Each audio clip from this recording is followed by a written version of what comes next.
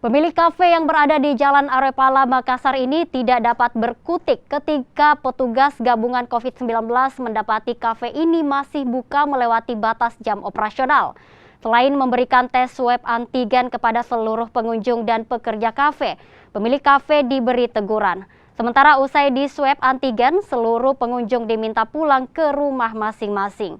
Selain warung kopi dan kafe, petugas gabungan juga menyisir dan membubarkan sejumlah lapak pedagang barang bekas yang masih buka di atas jam 10 malam.